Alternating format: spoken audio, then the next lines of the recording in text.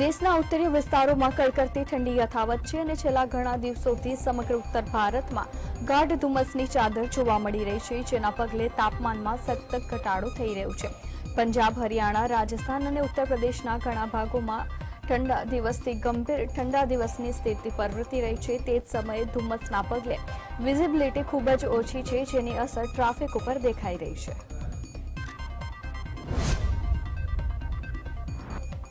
કોંગ્રેસ નેતા રાહુલ ગાંધીની આગેવાનીમાં ભારત જોડો ન્યાય યાત્રાની મણિપુરના ઇમ્ફાલથી શરૂઆત થઈ હતી. 15 જાન્યુઆરી એટલે કે બીજા દિવસે પ્રદેશના કલહપરા કાંગપોકમાંથી યાત્રાની શરૂઆત કરવામાં આવી હતી. આ વિશે વાત કરતા ભારતીય યુથ કોંગ્રેસના બીવી શ્રીનિવાસે જણાવ્યું હતું કે રાહુલ ગાંધી જ્યાં પણ જઈ રહ્યા છે ત્યાં મોટી સંખ્યામાં લોકો તેમને મળવા માટે એકત્ર થઈ રહ્યા છે.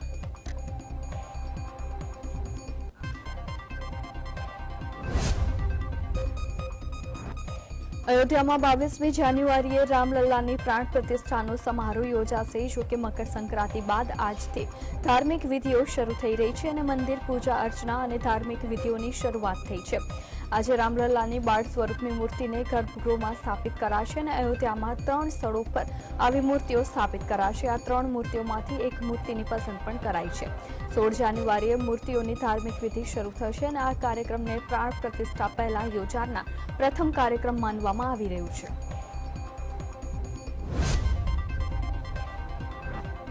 બાવીસ જાન્યુઆરીએ અયોધ્યામાં નવનિર્મિત રામ મંદિરમાં રામલલ્લાના જીવનનો અભિષેક થવાનો છે, ત્યારે કેટલાક લોકો આ કાર્યક્રમનો વિરોધ પણ કરી રહ્યા છે, જેમાં સૌથી અગ્રણીના ઉત્તરાખંડ જ્યોતિષપીઠના શંકરાચાર્ય સ્વામી અવિમુક્તેશ્વરાનંદનું છે અને આ અંગે સ્વામી અવિમુક્તેશાનંદે કહ્યું છે કે તેઓ ઉદ્ઘાટન કાર્યક્રમમાં હાજર રહી શકશે નહીં, કારણ કે મંદિરનું નિર્માણ હજુ અધૂરું છે. આ ધાર્મિક ગ્રંથોની વિરુદ્ધ હશે. તેમણે કહ્યું છે કે મંદિર એ ભગવાનનું શરીર છે અને મંદિરનો શિખર ભાગની આંખોનું પ્રતિનિધિત્વ કરે છે અને કલશ માથાનું પ્રતિનિધિત્વ કરે છે.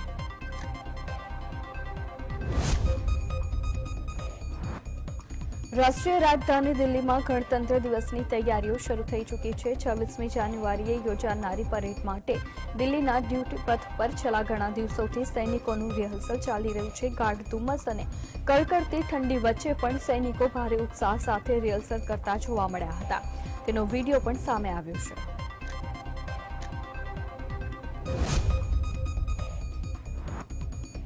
હવામાનની જાણકારી દરેક માનવીના જીવન સાથે જોડાયેલી છે. દરેક વ્યક્તિ ઉપર તેની સકારાત્મક અને નકારાત્મક અસર થાય છે. હવામાનમાં થતા બદલાવને રોકી શકાતું નથી, પરંતુ તેની આગાહી, તેની જાણકારી મેળવી શકાય છે. હવામાનની જાણકારી પ્રમાણે પાકની પસંદગી, વ્યવસ્થા, પ્રવાસ યોજના અને અન્ય આયોજનો કરી શકાય છે. ભારતીય હવામાન વિભાગની સ્થાપના 15 જાન્યુઆરી 1875ના રોજ કોલકાતામાં કરવામાં આવી હતી. તેને 2025માં 150 વર્ષ પૂરા થઈ રહ્યા છે.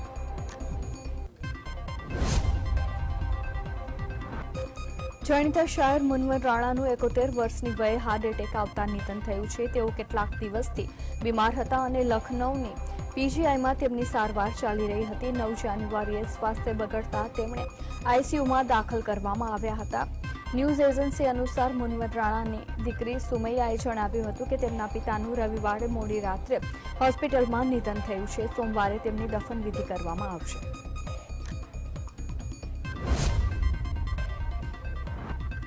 ઇઝરાયેલ અને હમાસ વચ્ચે ચાલી રહેલા યુદ્ધને 100 દિવસ પૂરા થઈ ગયા છે અને ઓક્ટોબર મહિનામાં શરૂ થયેલું યુદ્ધ હવે નવા વર્ષમાં પ્રવેશી ગયું છે અને સરહદે ચાલી રહેલું આ યુદ્ધ હવે શહેરી વિસ્તારોમાં લડાઈ રહ્યું છે. હજુ પણ યુદ્ધનો અંત થવાની કોઈ જ સંકેત મળી રહ્યા નથી. તેથી વિપરીત આવનારા દિવસોમાં યુદ્ધ વધુ ઉગ્ર બને તેવી ભીતિ પણ સર્જાઈ રહી છે.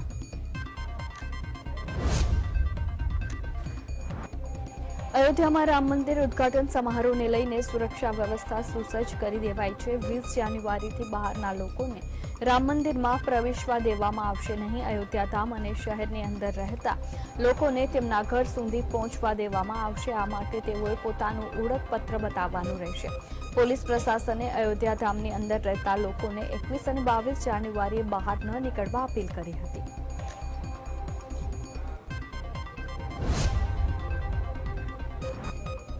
અયોધ્યામાં 22મી જાન્યુઆરીએ થનારા રામલલ્લા પ્રાણ પ્રતિષ્ઠા કાર્યક્રમમાં કોંગ્રેસે આમંત્રણનો અસ્વીકાર કર્યો છે, જેને લઈને રાજનીતિ ગરમાઈ છે. આ વચ્ચે સ્વામી રામભદ્રાચાર્યે કહ્યું છે કે કોંગ્રેસ આ સારું નથી કર્યું. કોંગ્રેસને ભગવાન રામનું આમંત્રણ ઠુકરાવવું ન જોઈએ.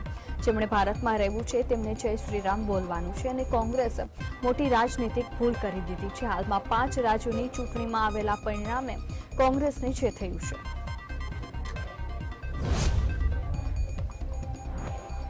અયોધ્યામાં 22મી જાન્યુઆરીના રોજ રામ મંદિરનું પ્રાણ પ્રતિષ્ઠા કાર્યક્રમ યોજવામાં આવશે અને આ અવસરે અનેક મહાનુભાવો હાજર રહેવા માટે મંદિર જન્મભૂમિ ટ્રસ્ટ તરફથી આમંત્રણ પાઠવવામાં આવ્યું છે. ત્યારે વિશ્વ હિન્દુ પરિષદના કાર્યકારી પ્રમુખ આલોક કુમારે જણાવ્યું છે કે અમે વિશ્વના 56 દેશોના 10 કરોડ લોકોના ઘરોમાં જઈશું અને તેમને અયોધ્યા રામ મંદિરની પૂજિત ચોખા આપીશું. અયોધ્યામાં 22મી જાન્યુઆરીના રોજ રામ મંદિરનું પ્રાણ પ્રતિષ્ઠા કાર્યક્રમ યોજવામાં આવશે. જોકે ત્યાર પછી દરરોજ લાખોની સંખ્યામાં શ્રદ્ધાળુઓ આ પાવન ધામની મુલાકાત લેશે તેવી શક્યતાને ધ્યાનમાં રાખીને અનેક તૈયારીઓ કરવામાં આવી છે. અયોધ્યા નગરીમાં શ્રદ્ધાળુઓને સુવિધા મળી રહે અને પ્રદૂષણ વધુ ન ફેલાય એ હેતુથી રામ મંદિર પરિસર અને તેના આસપાસના ક્ષેત્રોમાં પિંક ઇન ઓટો રિક્ષાનો ઉપયોગ કરવામાં આવશે. આ પિંક ઇન ઓટો રિક્ષા મહિલા દ્વારા ચલાવવામાં આવશે.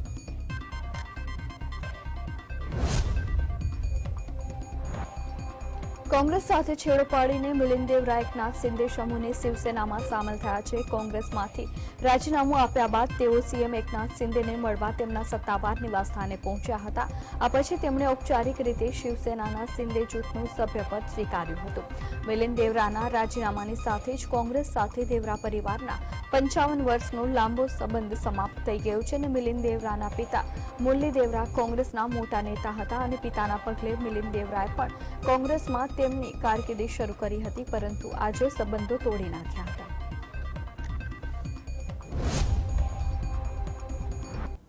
મહારાષ્ટ્રના નેતા મિલિંદ દેવરાના રાજીનામા વિશે પ્રતિક્રિયા આપતા કોંગ્રેસ પાર્ટીના નેતા આચાર્ય પ્રમોદ કૃષ્ણએ જણાવ્યું છે કે પક્ષમાં કેટલાક એવા લોકો પણ સામેલ થઈ ગયા છે જેઓ સત્ય સાંભળવા માંગતા નથી અને સનાતન ધર્મ કે પ્રભુ રામનું સમર્થન કરતા નથી.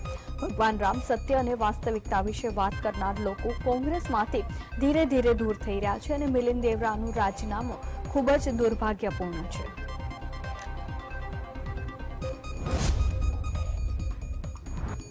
મણિપુરના ઇમ્ફાલમાં જાહેર સભાને સંબોધતા કોંગ્રેસ નેતા રાહુલ ગાંધીએ જણાવ્યું છે કે 19મી જૂન પછી મણિપુરમાં સ્થિતિ બદલાઈ હતી. પ્રદેશમાં નફરત ફેલાઈ અને તેના પગલે લાખો લોકોને નુકસાન થયું છે. ઘણા લોકો પરિવારો રાજ્યમાં થયેલી હિંસામાં મૃત્યુ પણ પામ્યા છે. દેશના વડાપ્રધાન આજ દિવસ સુધી મણિપુરના લોકોનું દુઃખ અને દર્દ સમજવા માટે પ્રદેશની મુલાકાતે આવ્યા નથી.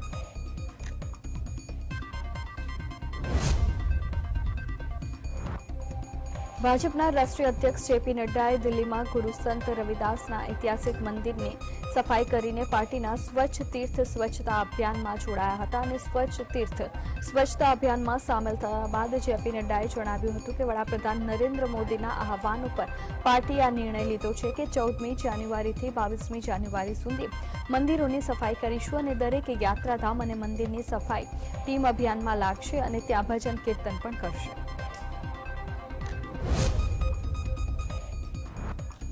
મહારાષ્ટ્રના નેતા મિલિંદ દેવરાના રાજીનામા વિશે પ્રતિક્રિયા આપતા કોંગ્રેસ પાર્ટીના નેતા આચાર્ય પ્રમોદ કૃષ્ણમે જણાવ્યું છે કે પક્ષમાં કેટલાક એવા લોકો પણ સામેલ થઈ ગયા છે જેઓ સત્ય સાંભળવા માંગતા નથી અને સનાતન ધર્મ કે પ્રભુ રામનું સમર્થન કરતા નથી. ભગવાન રામ, સત્ય અને વાસ્તવિકતા વિશે વાત કરનાર લોકો કોંગ્રેસમાંથી ધીરે ધીરે દૂર થઈ રહ્યા છે. મિલિંદ દેવરાનું રાજીનામું ખૂબ જ દુર્ભાગ્યપૂર્ણ છે અને હું ભગવાનને પ્રાર્થના કરું છું કે કેટલાક લોકોની ભૂલોના પગલે આખી પાર્ટીને નુકસાન ન થાય.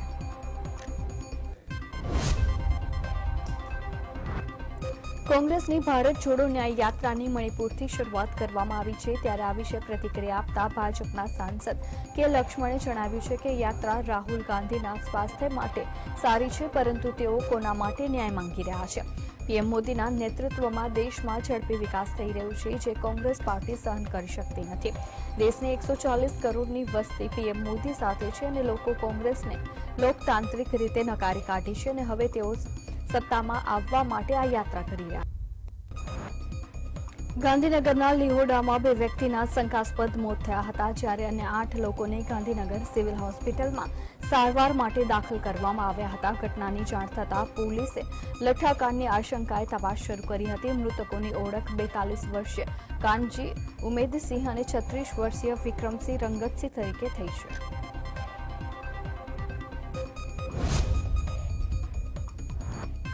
લઠ્ઠાકાંડ બાબતે જીએસટીવીની ટીમ બુટલેગરના નિવાસસ્થાને પહોંચી હતી. જેનાજી ઝાલા નામની વ્યક્તિ છેલ્લા ઘણા સમયથી દારૂ વેપાર કરતો હતો. બુટલેગરનો પરિવાર ઘર બંધ કરીને ગાયબ થઈ ગયો હતો. આ બુટલેગરને લઈને પોલીસ તપાસ શરૂ કરી હતી, જેથી સ્થાનિક પોલીસ ઉપર અનેક સવાલો ઉઠી રહ્યા છે. ગાંધીનગરમાં કથિત લઠ્ઠાકાંડ અંગે કોંગ્રેસ પ્રવક્તા મનીષ દોશીનું નિવેદન સામે આવ્યું છે, જેમાં તેમણે કહ્યું છે કે ભૂતકાળમાં બનેલા બનાવો બાદ પણ ઘટનાઓ બને એ દુઃખદ છે અને તંત્ર આ કાંડને ઝેરી દારૂમાં ખપાવવાનો પ્રયત્ન કરી રહ્યું છે અને ગામમાં સરપંચ કહી રહ્યા છે કે ગામની આજુબાજુમાં અસામાજિક તત્વો દારૂના અડ્ડાઓ ચલાવે છે અને સરકાર આંખ આડા કાન કરે છે.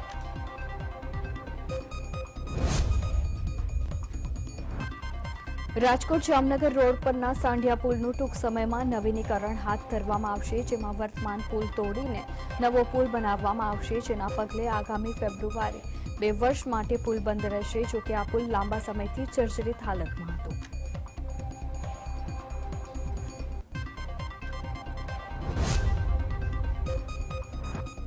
કમુરતા ઉતરતા જ રાજકોટ જિલ્લા કોંગ્રેસમાં મોટું ભંગાણ સર્જાવાનું છે.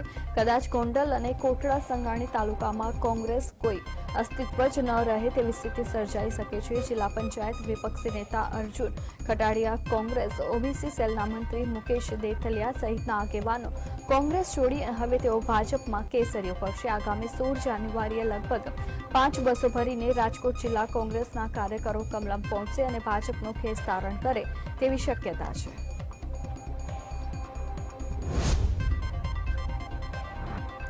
પંપા સરોવર ખાતે મહારાષ્ટ્રના આદિવાસી જિલ્લાઓમાં ભીલ તળવીમાંથી મુસ્લિમ બનેલા પરિવારને ઘર વાપસી કરી હતી અને મુસ્લિમ બનેલા પરિવારોએ સાધુ સંતોની હાજરીમાં હિન્દુ સનાતન ધર્મ સ્વીકાર કર્યો હતો. મહારાષ્ટ્રના પાંચોર અલકો તાલુકાના ભીલ તળવી સમાજના પરિવારોએ મુસ્લિમ ધર્મ અંગીકાર કર્યો હતો અને ધર્મ પરિવર્તન કરનાર વ્યક્તિનું મુસ્લિમ નામ કમરુદ્દીન હતું અને નામ બદલીને હિન્દુ નામ ધારણ કર્યું હતું.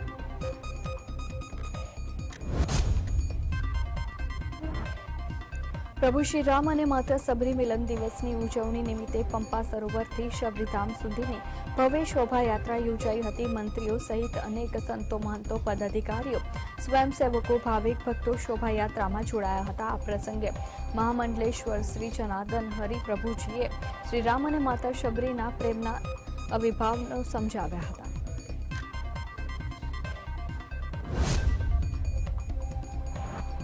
દ્વારકાના આહિર સમાજવાડી ખાતે ચાલી રહેલા ભગવત કથામાં બાગેશ્વર ધામના ધીરેન્દ્ર શાસ્ત્રીએ હાજરી આપી હતી અને ધીરેન્દ્ર શાસ્ત્રીએ જણાવ્યું હતું કે દ્વારિકાધીશના સાક્ષાત દર્શન થયાનો અહેસાસ થઈ રહ્યો છે. વધુમાં કહ્યું હતું કે વર્તમાન સમયમાં શીતલહેર ચાલી રહી છે, તેના પગલે વધારે રામલહેર ચાલી રહી છે. 500 વર્ષની સનાતની ધર્મની જીત થઈ છે. કેન્દ્રીય ગૃહપ્રધાન અમિત શાહે પરિવાર સાથે અમદાવાદમાં ઉત્તરાયણ પર્વની ઉજવણી પરંપરા જાળવી રાખી છે અને તેઓએ અમદાવાદના વેજલપુર વિસ્તારના ધારાસભ્ય અમિત ઠાકરના નિવાસસ્થાને પતંગોત્સવની મજા માણી હતી. તેઓએ પતંગ ઉડાવી હતી અને સ્થાનિક આગેવાનો અને લોકોનું અભિવાદન પણ ઝીલ્યું હતું.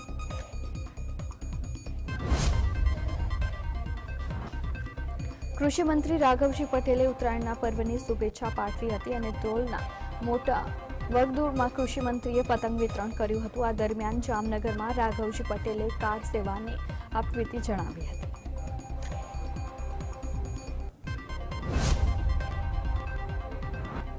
મકર સંક્રાંતિ તહેવારની ઉજવણી અનુસંધાને લોકોમાં પતંગ ચગાવવા માટે ચાઇનીઝ દોરીનો ઉપયોગ કરવામાં આવતો હોય છે, પરંતુ આ દોરીથી લોકો અને પક્ષીઓની જીવલેણ ઈજા થતી હોય છે. ત્યારે મોરબી જિલ્લા પોલીસ અધિક્ષકે ચાઇનીઝ દોરી વગેરેનું વેચાણ કરનાર ઇસમો વિરુદ્ધ કાર્યવાહી કરી હતી, જેના પગલે મોરબી એલસીબીએ 24 નંગ ચાઇનીઝ ફિરકી સાથે એક આરોપીની ધરપકડ કરી હતી.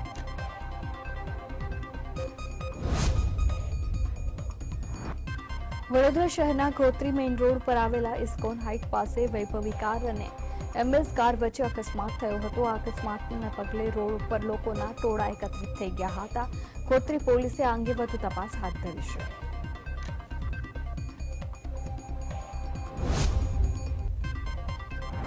આણંદના ઉમરેઠના બાજીપુરા ગામે બે જૂથો વચ્ચે અથડામણ થઈ હતી, જ્યાં ઉત્તરાયણ પર્વમાં સમાજ સુમેરા વિવાદિત ગીત વગાડતા આ મામલો બિચક્યો હતો અને એક સમાજના લોકોની લાગણી દુભાતા બોલાચાલી થઈ હતી. જે બાદ મામલો ઉગ્ર બનતા બાજીપુરાના સરપંચ સહિત યુવાનોએ પોલીસને જાણ કરી હતી અને પોલીસે સમગ્ર બાબતે મામલો થાળી પાડ્યો હતો.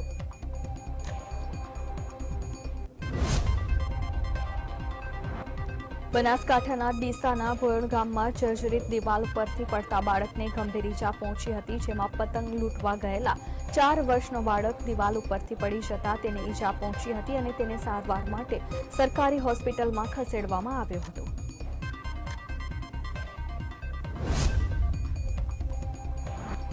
ડભોઈમાં વહેલી સવારમાં જ બે અલગ અલગ જગ્યાએ અકસ્માત સર્જાયા હતા, જેમાં ડભોઈ તાલુકાના શિરોલ ગામ પાસે મોરબીથી કર્ણાટક તરફ જતી કેમિકલ ભરેલી ટ્રક પલટી મારી ગઈ હતી, તો ટ્રકમાં સવાર બે વ્યક્તિઓને સામાન્ય ઈજા પહોંચી હતી. તો અન્ય અકસ્માત ડભોઈના સાઠોદ રેલવે ઓવરબ્રિજ પાસે સર્જાયો હતો અને કપાસની ગાંસડીઓ ભરેલી ખેડા તરફ જતી ટ્રક રેલવે ઓવરબ્રિજના ડિવાઈડર ઉપર અથડાઈ હતી.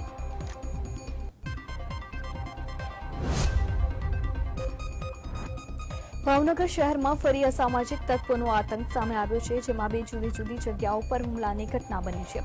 જ્યાં પ્રથમ ઘટના શહેરના ચિત્રા વિસ્તારમાં બે ગર્ભવતી મહિલાઓ સહિત 4 લોકો પર અસામાજિક તત્વોએ હુમલો કર્યો હતો. આ ઘટનામાં બંને મહિલાઓ સાથે બે યુવકો પણ ઈજા પહોંચી છે.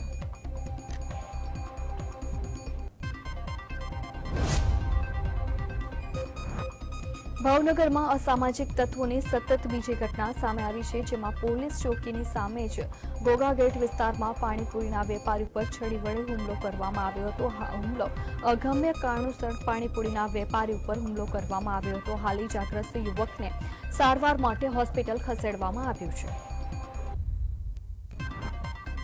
મોડાસાની નક્સ સોસાયટીમાં સફાઈ બાબતે મહિલા કર્મીઓ પર હુમલો કરવામાં આવ્યો હતો, જ્યાં સોસાયટીના રહીશ સફાઈ કરવાનું કહી લાકડી વડે હુમલો કર્યો હતો. હાલ ઈજાગ્રસ્ત મહિલા સફાઈ કર્મીને સારવાર અર્થે સાર્વજનિક હોસ્પિટલ ખસેડવામાં આવી છે.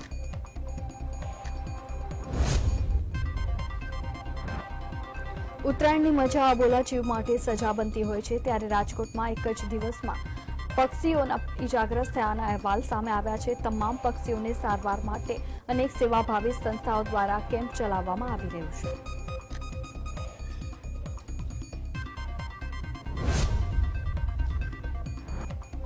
અમદાવાદમાં પણ અનેક સેવાભાવી સંસ્થાઓ દ્વારા ઘાયલ પક્ષીઓ માટે સેવા શરૂ કરવામાં આવતી હોય છે. તેવી જ રીતે સજાગ નામની સંસ્થા દ્વારા અમદાવાદમાં અને ગાંધીનગરમાં અબોલા પક્ષીઓના 365 દિવસ કાર્યરત રહેતું હોય છે. ચાલુ વર્ષે અમદાવાદ અને ગાંધીનગર સજાગ દ્વારા 16 જેટલા કેમ્પ લગાવવામાં આવ્યા છે અને સંસ્થામાં 300થી વધારે યુવાનો જોડાયા છે, જે પોતાના મૂળ શોખ મૂકીને એક કોલ આવે અને પક્ષીઓને બચાવવા પહોંચી જતા હોય છે.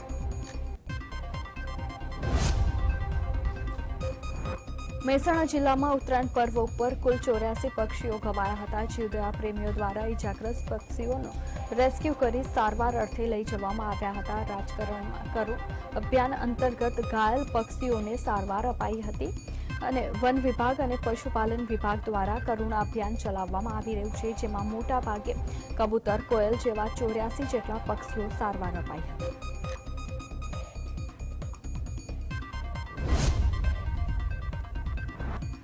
રામ મંદિર પ્રાણ પ્રતિષ્ઠા મહોત્સવમાં ડીસાના કલાકારની અનોખી ભેટ સામે આવી છે, જ્યાં ડીસાના ગાયક કલાકારે ભગવાન રામ પર 6 મિનિટનું ગીત બનાવ્યું છે. આ ગીત તેમને શ્રી રામ મંદિર મહોત્સવમાં સહભાગી થવા માટે બનાવ્યું છે, જેને ધારાસભ્ય પ્રવીણ માળી સહિતના આગેવાનોએ ઉપસ્થિતિમાં ગીત લોન્ચ કરવામાં આવ્યું હતું.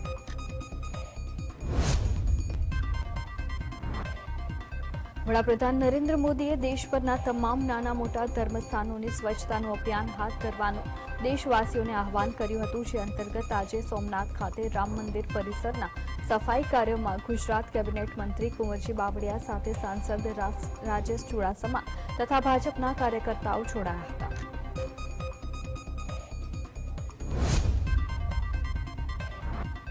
પાટણના સમીનગરમાં જૈન સમાજના સાધુ મહારાજ સામે અસામાજિક તત્વોએ કાંકરી ચાળોનો પ્રયાસ કર્યો હતો। સમીનગરના જૈન સમાજની શોભાયાત્રા દરમિયાન બોલાચાલી થઈ હતી, જોકે પોલીસે ઘટના સ્થળે પહોંચી બંને યુવકોને રાઉન્ડ અપ કર્યા હતા તેમજ સમી પોલીસ સ્ટેશને લઈ જવામાં આવ્યા હતા। બંને યુવકોએ સાધુ મહારાજની માફી પણ માંગી હતી।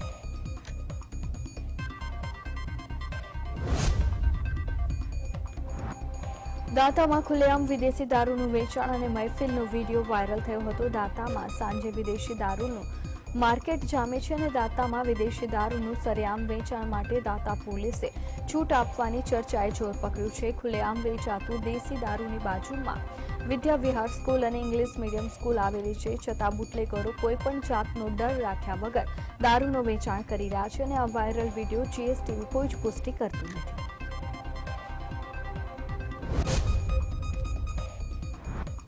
બનાસકાંઠાના ધાનેરા ખાતે વહોરવડાના મકાનમાં આગની ઘટના બની હતી। ઘટનાના પગલે ફાયર ફાઇટર ઘટના સ્થળે પહોંચી આગ ઉપર કાબુ મેળવ્યો હતો અને મકાનમાં લાકડાનો વધુ ઉપયોગ થયો હોવાથી આગ વધુ ફેલાવાની દહેશત જોવા મળી હતી।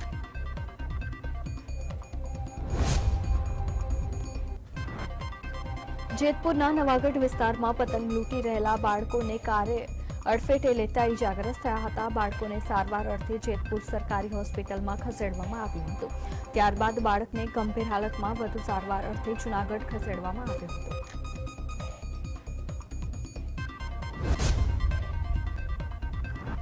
જૂનાગઢના બાપોતર ગામની વિદ્યાર્થિનીનું પ્રવાસ દરમિયાન જૂનાગઢ સૂરજ ફન વર્લ્ડમાં વોટર સાઇડના દરોડાના પગલે સફાઈ જવાનોએ મોત થયું હતું। સૂરજ ફન વર્લ્ડમાં સંચાલકોએ દાવો કર્યો છે કે વિદ્યાર્થીઓને બાથરૂમ જઈ રહી હતી તે દરમિયાન આ ઘટના બની હતી।